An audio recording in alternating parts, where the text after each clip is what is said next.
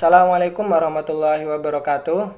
Kami dari kelompok 1 di sini akan mempresentasikan tentang International Trade Theory atau teori perdagangan internasional. Adapun nama-nama anggota kelompok kami sebagai berikut. Kemudian pokok bahasan pada video kali ini kami akan menguraikan beberapa hal tentang teori perdagangan. Yang pertama yaitu teori perdagangan internasional menurut pandangan klasik yang dikemukakan oleh David Ricardian dan Adam Smith. Kemudian yang kedua, teori perdagangan internasional menurut pandangan kaum merkantilis. Kemudian yang ketiga adalah model gravity, di mana model gravity ini merupakan cara untuk mengukur arus perdagangan antar daerah maupun antar negara. Kemudian pokok bahasan yang terakhir adalah ikhtisar perdagangan internasional dan studi kasus yang akan kami sampaikan pada video ini. Sebelum kita memasuki materi pokok, alangkah baiknya kita mengetahui terlebih dahulu apa itu pengertian dari perdagangan internasional. Pengertian dari perdagangan internasional adalah proses transaksi atau pertukaran barang dan jasa yang dilakukan oleh suatu negara dengan syarat negara tersebut harus merdeka. Kenapa harus merdeka? Karena apabila negara tersebut tidak merdeka, maka negara tersebut tidak memiliki regulasi yang jelas. Oleh karena itu, negara tersebut tidak boleh sembarangan melakukan transaksi antar negara. Selanjutnya yaitu perdagangan internasional menurut teori klasik. Ada dua tokoh yang akan kita bahas pada hari ini, yakni yang pertama adalah Adam Smith dengan teori keunggulan absolutnya, dan yang kedua David Ricardo dengan teori keunggulan komparatifnya. Yang pertama yaitu Adam Smith, yaitu mengatakan bahwa perdagangan antar negara akan membawa keuntungan untuk kedua negara tersebut apabila salah satu dari negara tersebut tidak memaksakan surplus perdagangan yang akan mengakibatkan neraca perdagangan defisit dari mitra kerjanya. Selanjutnya yaitu dari David Ricardo dengan teori keunggulan komparatifnya mengatakan bahwa setiap negara memiliki keunggulan komparatif dalam memproduksi suatu barang jika biaya peluang untuk memproduksi barang tersebut lebih rendah di negara tersebut daripada negara yang lain. Konsep keunggulan komparatif. Kemungkinan produksi adalah titik efisiensi produksi. Efisiensi ini penting karena untuk menghadapi sumber daya yang terbatas, tidak semua barang dapat diproduksi dengan sumber daya yang tersedia. Oleh karena itu, harus memilih output mana yang harus dihasilkan dan beberapa banyak output tersebut dihasilkan. Dan harga pasokan relatif ialah tingkat harga yang ditetapkan mempengaruhi perputaran barang yang dijual. Kuantitas barang yang dijual berpengaruh terhadap biaya yang ditimbulkan dalam kaitannya dengan pengadaan barang bagi perusahaan.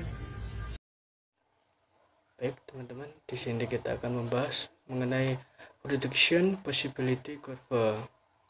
Dapat kita lihat ada sebuah kurva pada slide ini, yaitu kurva ini pada jumlah 600 unit produk A dan 800 unit produk B kita katakan adalah jumlah yang sangat ideal. Mengapa jumlah tersebut dianggap sebagai jumlah yang ideal? Karena pada posisi tersebut kita dapat memaksimalkan sebuah penggunaan sumber daya yang seimbang dan menghasilkan output yang paling tinggi dari produksi kedua barang tersebut. Kemudian jika kita bergeser pada titik atau posisi di sampingnya, kita akan melihat posisi poin B dan poin C. Pada kedua poin tersebut mengalami kemiringan kurva. Dari kemiringan kurva tersebut dapat diartikan bahwa sebuah pengorbanan antara produk A ataupun produk B harus dilakukan sehingga mengakibatkan tidak terlalu optimal dalam sebuah produksi. Jika kita ingin menambah produk A, maka kita harus mengurangi produk B. Jika kita menambah produk B, maka kita harus mengurangi produk A, dan hal tersebut berlaku sebaliknya. Jadi ada pengurangan di salah satu produk. Hal tersebut diumpamakan karena kekurangan ataupun terbatasnya sebuah sumber daya pada sebuah perusahaan ya teman-teman.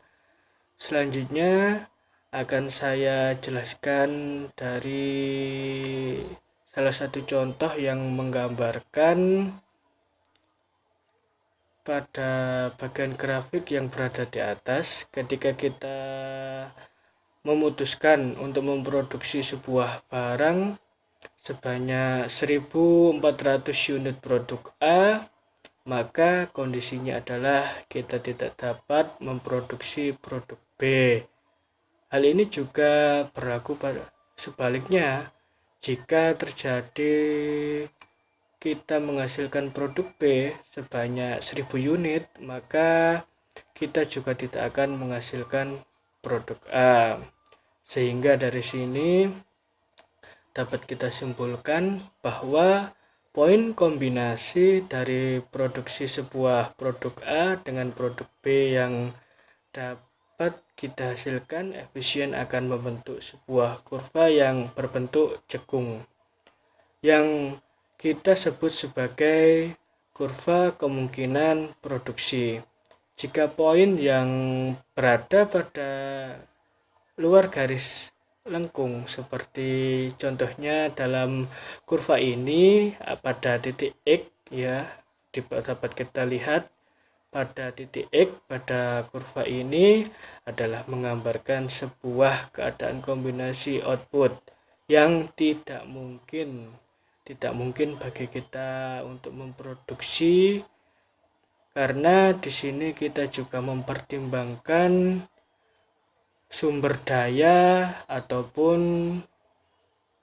jumlah faktor lainnya untuk menghasilkan sebuah produk dalam sebuah perusahaan. Intinya adalah kombinasi tersebut tidak mungkin terjadi karena adanya sebuah keterbatasan di perusahaan.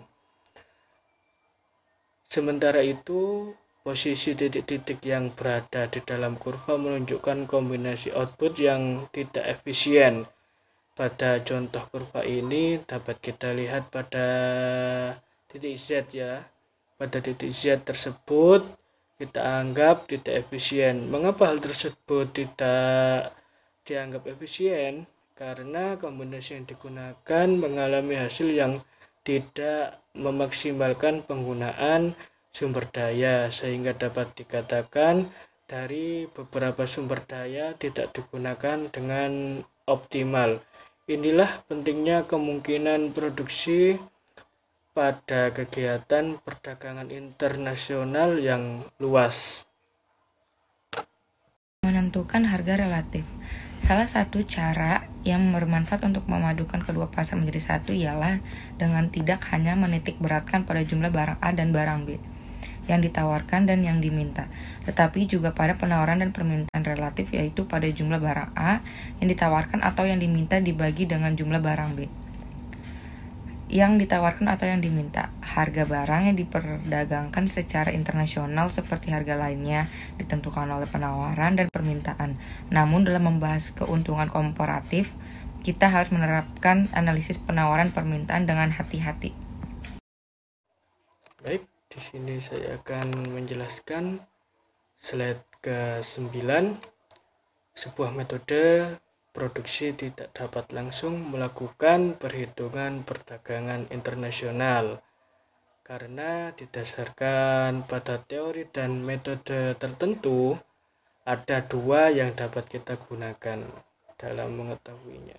Yang pertama, kita dapat menggunakan metode keunggulan absolut.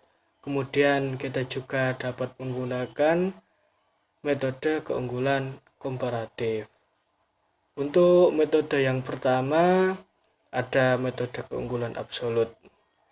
Metode ini menerangkan bahwa dalam keuntungan perdagangan internasional yang dilakukan suatu negara hanya bisa dicapai jika dalam keadaan jumlah biaya produksi dan harga lebih murah dibandingkan dengan negara lain, sehingga negara tersebut dapat bersaing dan mendapatkan keuntungan yang lebih dari adanya perdagangan yang dilakukan. Sehingga dari teori ini, apabila hal ini terjadi, dapat kita katakan negara tersebut akan merajai sebuah pentas niaga internasional karena lebih menguasai pasar. Di sini akan saya contohkan agar lebih mudah. Jika kita contohkan, jika negara Indonesia yang mampu memproduksi kain dengan biaya yang murah dibandingkan Belanda. Setelah kita memproduksi dengan biaya yang murah, selanjutnya kita mengekspor kain tersebut ke negara Belanda dengan harga yang lebih mahal daripada beban produksi yang telah kita keluarkan. Maka sudah tentu keuntungan Indonesia lebih besar karena Indonesia dapat bersaing secara harga dan keuntungan pun dapat diraup semakin banyak daripada negara Belanda. Inilah yang mengakibatkan Indonesia dapat merajai sebuah perdagangan kain di Belanda jika hal tersebut terjadi. Kemudian pada metode kedua yaitu metode keunggulan komparatif.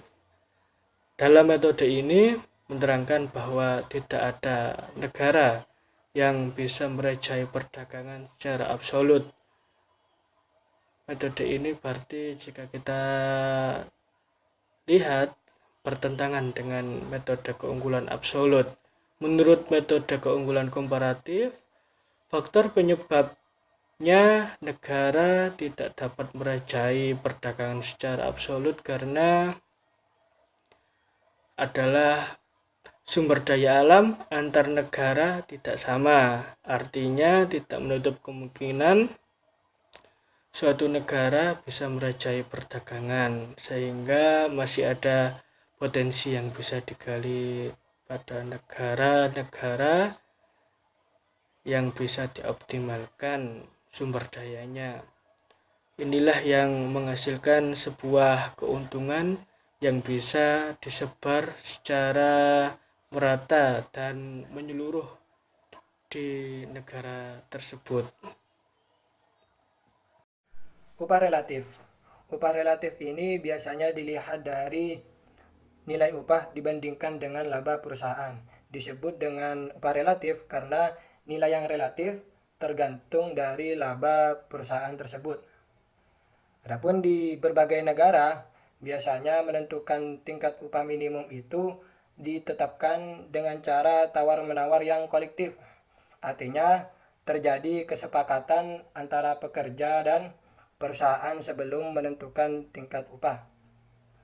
Kemudian, biasanya standar upah minimum itu berbeda-beda di setiap pekerjaan dan di setiap daerah. Mulai dari tingkat upah maksimum dan minimum bagi pekerja yang memiliki keterampilan, bagi pekerja yang hanya memiliki keterampilan yang terbatas. Ini juga menjadi bahan pertimbangan dalam menentukan tingkat upah. Dalam tingkat upah ini biasanya sering menjadi diskusi politik perdagangan internasional karena hal ini menyangkut antara kesejahteraan perusahaan dengan kesejahteraan pekerjanya. Kemudian di sini terdapat 3 hal kesalahpahaman dalam sebuah perdagangan menurut teori Ricardian, di mana teori Ricardian ini diangkat sebagai teori perdagangan internasional. Di sini ada 3 kesalahpahaman terhadap sebuah perdagangan internasional yang terjadi. Yang pertama, produktivitas dan daya saing. Yang kedua, argumen buruh miskin. Dan yang ketiga, eksploitasi. Yang pertama, produktivitas dan daya saing. Mitos yang tersebar, mitos yang masih kuat bertahan saat itu adalah perdagangan bebas ini hanya menguntungkan bagi negara-negara yang bisa bersaing dalam perdagangan internasional. Padahal faktanya keuntungan itu bisa didapatkan oleh negara-negara dengan berfokus terhadap keunggulan komparatif daripada absolut. Artinya negara-negara itu bisa memanfaatkan teknologi yang akan menguntungkan negara-negara tersebut dalam bersaing pada perdagangan internasional daripada negara-negara yang hanya mengandalkan sumber daya alam saja.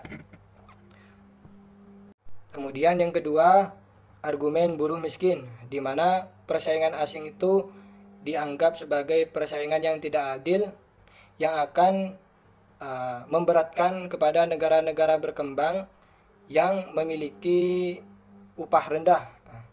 Padahal di dalam ekonomi domestik seharusnya negara tersebut bisa memproduksi barang-barang yang memiliki keunggulan komparatif daripada keunggulan absolutnya. Hal ini bisa memungkinkan negara tersebut mendapatkan keuntungan dari sebuah perdagangan. Kemudian kesalahpahaman yang terakhir adalah eksploitasi. Mitos yang masih bertahan pada saat itu adalah perdagangan bebas ini bisa mengeksploitasi negara dan akan memperburuk keadaan jika pekerja di negara tersebut hanya menerima upah yang lebih rendah daripada pekerja di negara lain. Padahal faktanya seseorang tidak dapat menyatakan bahwa upah rendah mewakili eksploitasi kecuali jika seseorang mengetahui alternatifnya. Mungkin alternatif di sini seharusnya pekerja asing itu dibayar jauh lebih sedikit daripada pekerja lokal.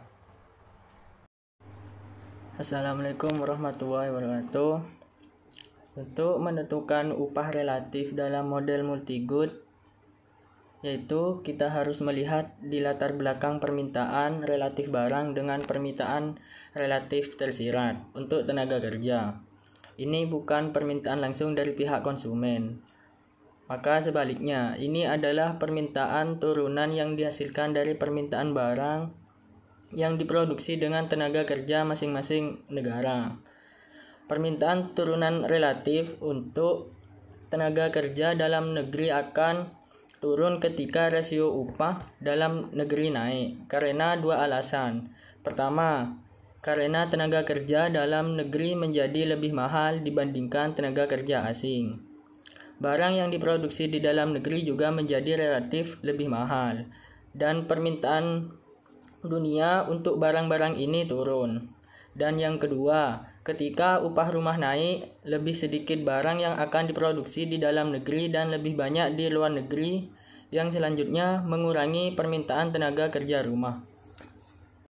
Dan selanjutnya merkantilisme, yaitu suatu negara akan kaya atau makmur dan kuat bila ekspor lebih besar dari impor. Surplus yang diperoleh dari selisih ekspor dengan impor atau ekspor neto yang positif tersebut diselesaikan dengan pemasukan logam mulia, terutama emas dan perak, dari luar negeri. Dengan demikian, semakin besar ekspor neto, maka akan semakin banyak logam mulia yang dimiliki atau diperoleh dari luar negeri. Pada waktu itu, logam mulia, emas ataupun perak digunakan sebagai alat pembayaran atau uang, sehingga negara yang memiliki logam mulia yang banyak akan kaya, makmur, dan kuat.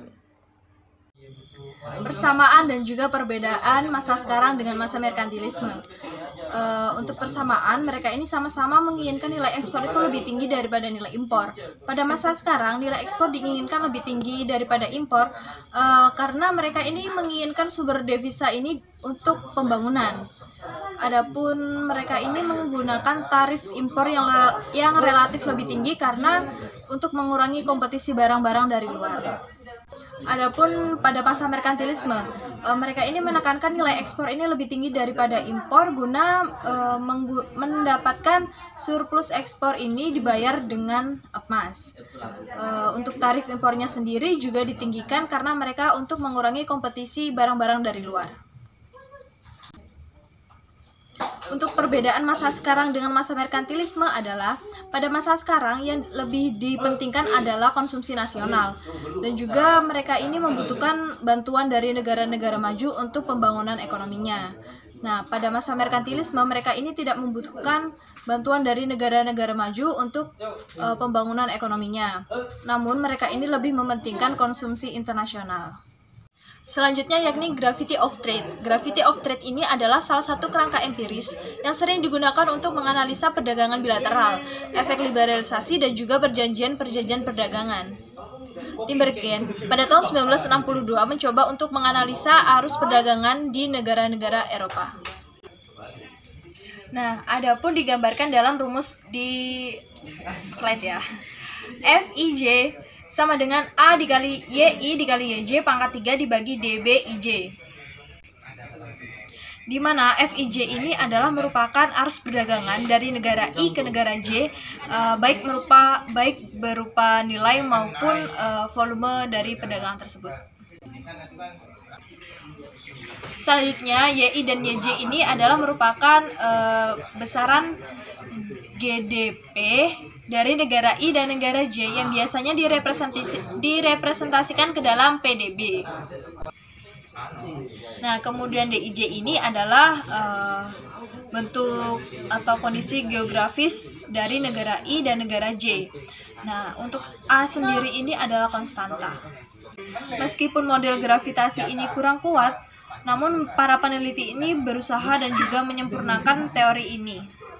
Selanjutnya yaitu saya akan menjelaskan tentang keterangan dari rumus yang sudah dijelaskan oleh rekan saya, di mana FIC sama dengan arus perdagangan antara negara I dan negara J, sedangkan A adalah konstanta, YI dan YC adalah GDP dari negara I dan negara J, D adalah jarak geografis antara negara I dan negara J.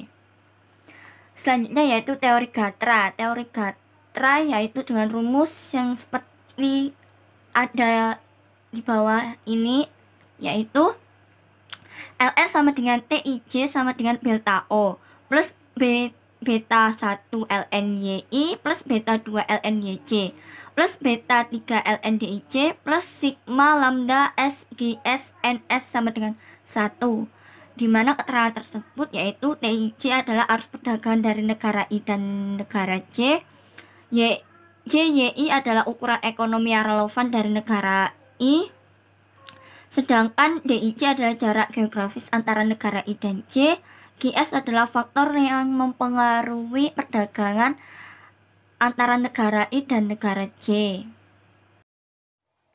Baik, kita sampai pada slide ke-18.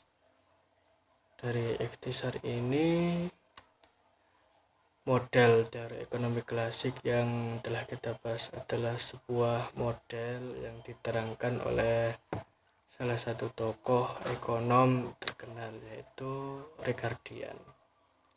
Pada model tersebut dapat kita lihat bagaimana perbedaan antar negara yang menimbulkan perdagangan dan keuntungan dari adanya sebuah perdagangan, khususnya yaitu perdagangan internasional. Dan juga dalam model ini yang telah dijelaskan di PPT sebelumnya, menjelaskan bahwa sebuah tenaga kerja adalah salah satu faktor produksi dan negara hanya berbeda dalam produktivitas tenaga kerja di industri yang berbeda. Dalam model Ricardian ini, negara-negara akan senantiasa mengekspor barang-barang yang dihasilkan oleh tenaga kerja mereka secara relatif dan efisien, dan mereka juga akan mengimpor barang-barang yang dihasilkan tenaga kerja secara relatif dan tidak efisien. Dengan kata lain, hal tersebut dapat kita ketahui bahwa pola produksi suatu negara ditentukan oleh keunggulan komparatif. Baik, kita lanjut pada slide selanjutnya. Ini slide terakhir tentang studi kasus. Pengalaman The Chocolate Company dalam menghubungkan petani kakao skala kecil secara lebih langsung ke pasar global dengan membuat petani pemegang saham yang signifikan, dan karena pemilik ekuitas dalam perdagangan yang adil ini adalah perusahaan. Hal ini terjadi karena kondisi setiap orang pada rata-rata di Inggris yaitu 16 kg coklat yang berukuran per tahunnya. Dari perhitungan diketahui bahwa nilai pasar di Inggris hampir 3,6 miliar. Namun seperti banyaknya tanaman komersial lainnya, sangat sedikit keuntungan yang dilihat oleh petani skala kecil di negara berkembangnya yang berproduksi dalam bahan bakunya. Dalam hal ini kakao, perusahaan coklat masih tidak menerima tanggung jawab langsung atas dampak pembelian komoditas mereka. Pada pertanian di negara berkembang sejak Rio Summit pada tahun 1992, perusahaan besar telah meningkatkan kontrolnya pasar komoditas dasar. Coklat adalah makanan kemasan. Penjual coklat blok mengandung antara 70 dan 80% kakao padatan, naik sekitar 15% pada tahun 2003 dan sekarang mencapai hampir 20 juta dalam segmen balok senilai 512 juta. Hambatan untuk masuk pasar tinggi dan biaya pengembangan dan promosi merek yang signifikan. Sifat kompetitif yang tinggi dari sektor ini ditunjukkan oleh konsentrasi kekuatan dalam sektor kembang gula coklat serta khusus terkonsentrasi di antara 3 produsen terkemuka yang memiliki merek lama seperti Cadbury, Nestle, dan Mars atau Master Foods, menyumbang pangsa nilai gabungan sebesar 77,5% pada tahun 1999, dan juga pada tahun 2002 ini meningkat menjadi 80%. Di blok segmen coklat Cadbury adalah yang paling sukses dengan pasar sekitar 53,1%. Itu skala ekonomi yang diberikan oleh sumber daya internasional dari perusahaan-perusahaan terkemuka yang membuatnya semakin meningkat. Sulit bagi pemain nasional yang lebih kecil untuk bersaing dalam hal harga, distribusi, jangkauan produk, dan pengeluaran pemasaran. Misalnya Nestle ukuran membelanjakan 9 juta untuk peluncuran KitKat. Terus untuk memperparah kondisi persaingan, Green dan Black sudah ada pada pasar coklat Inggris dengan produk coklat Fairtrade pertama, Maya Gold, diluncurkan pada tahun 1994 yang mengandung 70% padatan kakao dan rempah-rempah tropis. Menciptakan rasa yang khas, konsentrasi kekuatan ini juga diperlibatkan di tingkat retail. Menurut salah satu pendapat ekonom bahwa jika mendekati 43% dari semua kembang gula coklat yang sekarang dijual di Inggris dibeli melalui beberapa supermarket dibandingkan dengan 39% pada tahun 1998. Hubungan kenaikan ini dengan pengecer terkemuka yang bekerja sama untuk seluruh jaringan toko supermarket yang di Inggris dibuat secara terpusat berdasarkan kategori pembeli dan bukan individu. Meskipun minat konsumen tumbuh dalam perdagangan yang adil, tantangan untuk D semakin kompetitif bahwa pasar coklat di Inggris sangat besar. Sektor coklat sangat didominasi oleh merek-merek utama dan oleh karena itu juga menciptakan tantangan yang signifikan.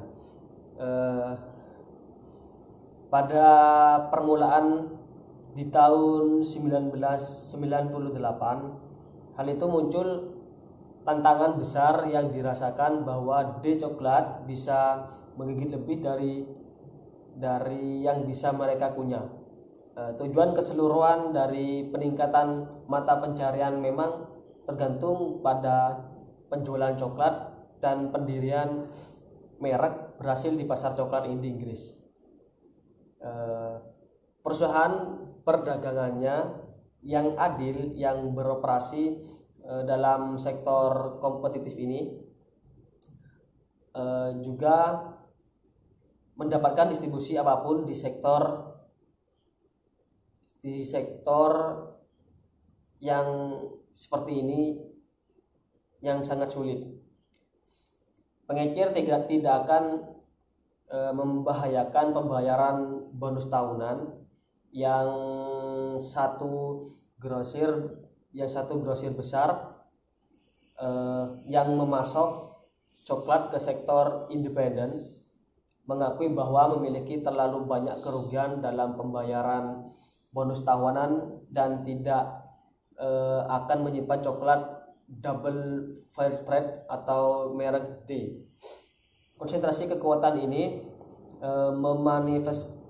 memanifestasikan bahwa dalam bentuk konsep yang disebut kategori kapten, pengecer supermarket akan menunjukkan pemasok utama untuk kategori tertentu mereka. Katakanlah kembang gula sebagai kategori kapten atau rekan. Kapten ditugaskan untuk mengelola kategori produk bersama-sama dengan pengecer untuk memutuskan penawaran produk. Dari hal ini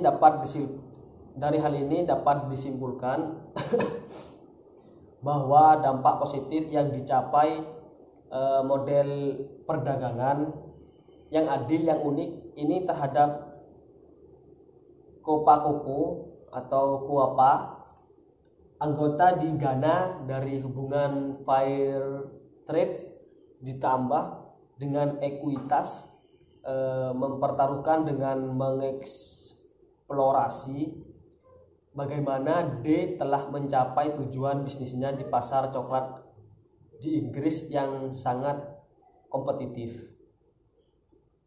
Baik, sekian presentasi dari kelompok kami, yaitu dari kelompok 1. Wallahul muwaffiq ila aqwamit thoriq. Wassalamualaikum warahmatullahi wabarakatuh.